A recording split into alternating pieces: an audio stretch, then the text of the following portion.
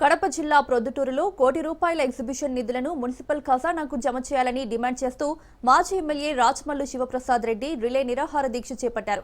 ప్రతి సంవత్సరం ఎగ్జిబిషన్ ద్వారా ₹1 కోట్ల ఆదాయం వస్తున్నప్పటికీ ఖజానాకు జమ చేయకుండా తెలుగుదేశం పార్టీ నేతలు వ్యక్తిగత ప్రయోజనాల కోసం దోపిడీ చేస్తున్నారని వైసీపీ నేత శివప్రసాద్ రెడ్డి తీవ్ర ఆరోపణలు చేశారు.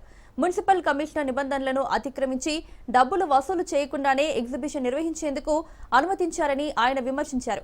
ఈ వ్యవహారంపై మున్సిపల్ శాఖకు హైకోర్టు నోటీసులు వచ్చినట్లు మాజీ ఎమ్మెల్యే తెలిపారు. పోలీసుల అనుమతితో ప్రజలకు అసౌకర్యం కలగకుండా నిరాహార దీక్ష కొనసాగుతుందని శివప్రసాద్ రెడ్డి తెలిపారు. స్థానంలో ప్రజాధనాన్ని కాపాడడానికి మా డబ్బును వేసి లక్షల రూపాయలు లాయర్కిచ్చి అక్కడ కేసేసినాం.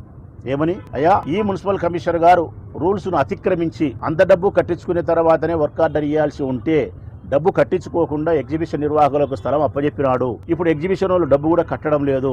ప్రజాధనం ఎగవేతకు గురి అవుతా ఉంది. కాబట్టి ఈ డబ్బును కట్టించండి. రెండవది, నిబంధనలకు నీళ్లు వదిలి చట్టాన్ని అతిక్రమించి పనిచేసిన కమిషనర్ గారి పైన చర్యలు తీసుకోండి అని మేము కోర్టుకు పోయినాం. న్యాయస్థానం సానుకూలంగా స్పందించి ఈ మున్సిపల్ కమిషనర్ గారికి పురపాలక సంఘ డిపార్ట్మెంట్కి సంబంధించిన రాష్ట్రంలో ఉండే డైరెక్టర్ ఆఫ్ మున్సిపల్ అడ్మినిస్ట్రేషన్ వారికి